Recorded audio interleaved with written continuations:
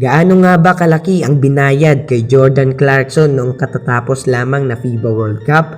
At Renz Abando, tumamasa naman ng marami pang karangalan at mas lalo pang sumikat di lang dito sa ating bansa, pati na rin sa iba't ibang panig ng mundo. Yan ang ating pag-uusapan sa video ito.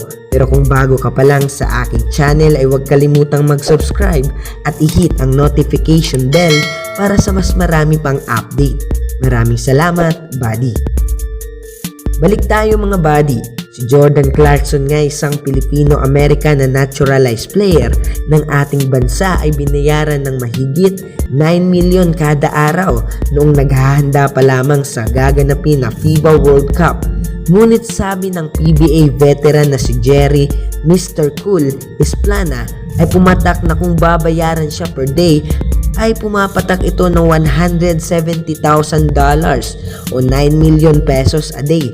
Napakalaki nga mga buddy. Ayon nga sa Fast Break mga buddy ay nakakagulat nga na si Jordan Clarkson ay nakatanggap ng $1 million o humigit kumulang na $56 million at sobrang laki nga ito mga buddy dito sa ating bansa. Pero sulit naman mga buddy ang lahat pagkatapos ng napakahusay na FIBA World Cup performance at isa rin si Jordan Clarkson sa mga nagbuhat para sa ating national team. Sa kasamaang palad na kahit ang 2021 6 Man of the Year scoring prowess ay hindi sapat.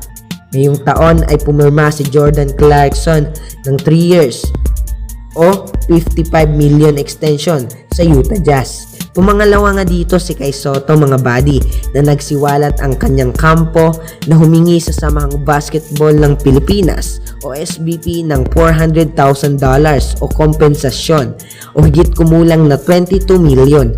Kasalukuyang naglalaro para sa Hiroshima Dragonfly sa Japan B-League at umaasa nga mga buddy na si Kai Sotto at ang maraming Pilipino na maging unang full-blooded Filipino na makakarating sa NBA. Dumako naman tayo mga buddy kay Renz Abando. Marami naman ang tinamasang karangalan at sobrang fan favorite hindi lamang dito sa ating bansa, pati na rin sa iba't ibang bahagi ng mundo. Matapos ang FIBA na grabe ang ginawa ng ating kabayan ni si Renz Abando na nagdala ng momentum ay malaki ang nitulong sa ating national team.